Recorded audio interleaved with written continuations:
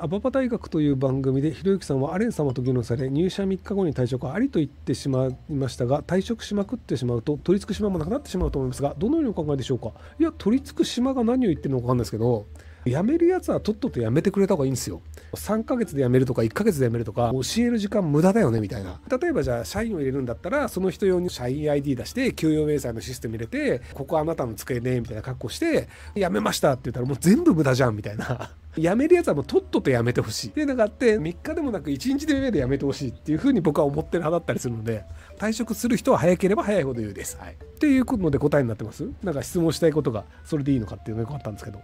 あとね、ぶっちゃけて言うとね、ちゃんと仕事できる人って3日とかじゃ絶対辞めないんですよね。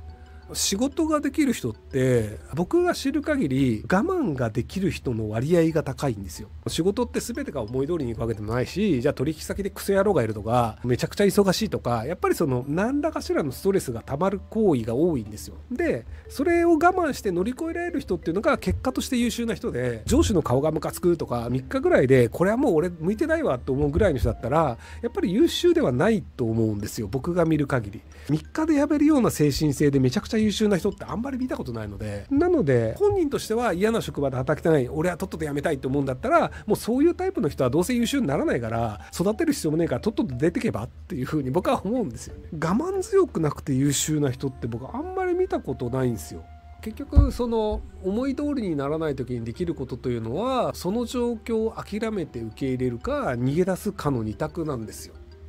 逃げ出すでずっと逃げ続ける人もいいんですけど、どこかの段階で諦めて受け入れてそれで対処するというやり方を覚えてる人の方がやっぱりそこが耐えられるんですよね。なので就職でも体系系の人受かりやすいっていうのはそれで、理不尽とか思い通りにならないことに慣れてるんですよ。例えばじゃあバスケ部です、バスケの試合でした、バスケ負けました、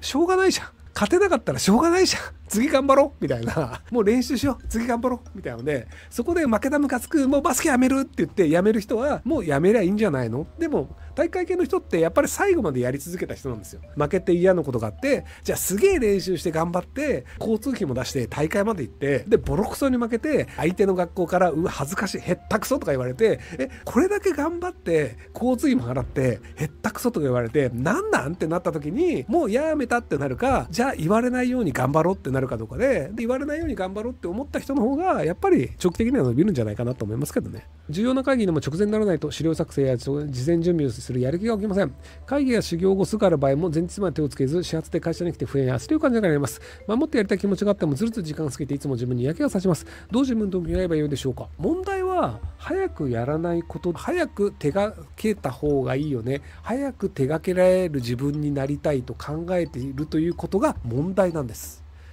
直前でもなんとかなるよね俺って思った方がいいです。だって実際なんとかなってんだもん。前もってできる人とできない人がいます。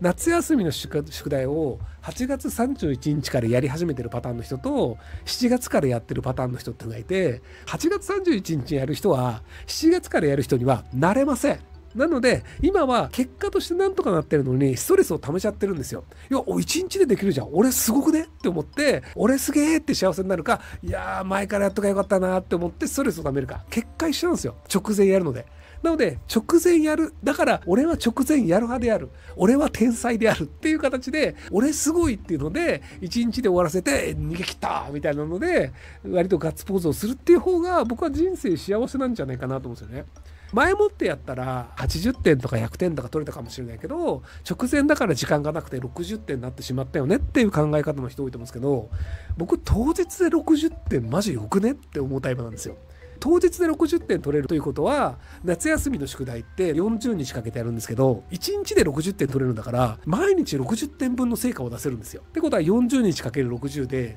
2400点出せるんですよ。でも100点取るやつって40日かけて最後に100点取るじゃないですか。なので40日かけて100点取ったやつってたった100点なんですよ、40日あったにもかかわらず。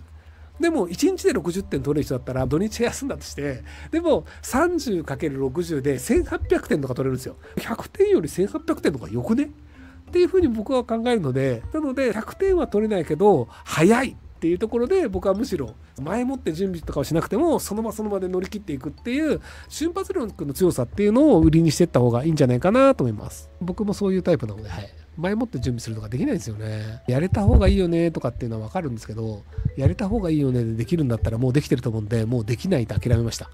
自分を変えることができるっていうのの、変えることができることと変えることができないことがあって、僕は朝早起きするとか基本できないんですよ。夜に自分がすごい興味を持ってしまうことがあるともうずっとやっちゃって、で眠くなるまで寝れないと。だってやりたいからそれやってるしね。もうこれは治らんと。っていうので、もう治らないと認めて、その状況でどうやって戦うかっていうので、自分自身の乗りこなし方っていうのを覚えるっていう。昔の車乗ってる人とか昔のバイク乗ってる人とかだと分かると思うんですけど、やっぱ癖があるんですよ。なんかギア入りづらいとか、後輪のブレーキ効きづらいとか。でも癖さえ分かってれば、後輪ブレーキ効きづらいから前もってエンブレかけとかいけないから、カーブが来たらもうギア下げとこうとかっていう感じで、その対処法を学んでやっとけば、後輪ブレーキ効きづらいバイクでも普通に運転できるんですよ。周りから見せたらね。でもそれはちゃんとコツを学んでいて、こういう時はこうした方がいいよねっていうので乗りこなすっていうのができてればいいんですよ。なのでカーブがあるなって分かったら前もって減速するとか、自分の性能というのはこういうものだから、じゃあそれに対してはこうやって対処しようっていう、自分自身のコントロールのノウハウを身につけるっていうのが早めにやった方が、結局それ以外やりようないんじゃないかなと思うんですよね。例えば旧車とか古いバイクとかの性能を上げるのは無理なので、もうこういうもんだよねって割り切って、その対処法の中で生きていくっていう。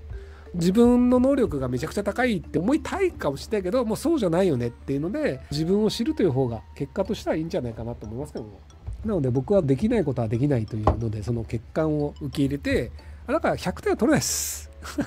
1個の教科で100点を取るのではなく、60点を叩き出し続けるっていう、合計1800点だよねっていう方が長期的には得だよねという場所で戦うってことです。例えば裁判官とか弁護士は100点取らなきゃいけないんですよ。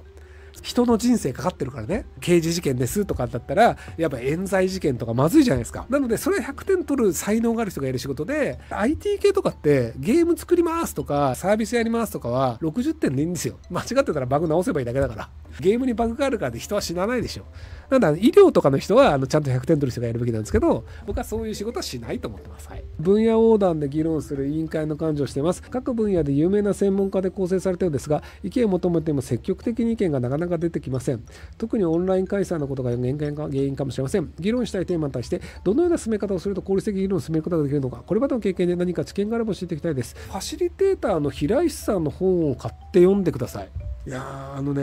平石さんが財務省デモのリーダーと話してるやつとか、やっぱりね、平石さん優秀なんですよ。結局その財務省デモの人があんまり知識がない状態で喋ってるので、やっぱり平石さん以外の人がそれおかしくねっていう、どちらかというと財務省デモのリーダーに反対する意見が多くなったんですよ、僕を含め。でそこで平石さんは財務省デモのリーダーの方にがっつり寄って、そっち側の立場で言ったんですよ。あ、そっち側の立場に立って代弁するんだ、さすが平石さんと思ったら、それも違うみたいにリーダーに足元ひっくり返されて、リーダーに対していやいやいやこれはあなたが言うべきことなんですよみたいな、リーダーに対して説教をするみたいな平石さんが出て、やっぱこの人面白いわっていう。何か言われることが全部攻撃だと思ってしまってるモードに入っちゃってたんですよ。でそれは味方として意見を言ってるのに、もうなんか言ってるから自分に対する否定なんだっていうので、もう何でも否定するみたいなモードになっちゃってて、でそれに関して平石さんがいやいや違うんだと。でそれをなんか謝るとか悩めるんじゃなくて叱るっていう感じで言ったのが、やっぱうまいな、面白いな、そんな手があるんだみたいな。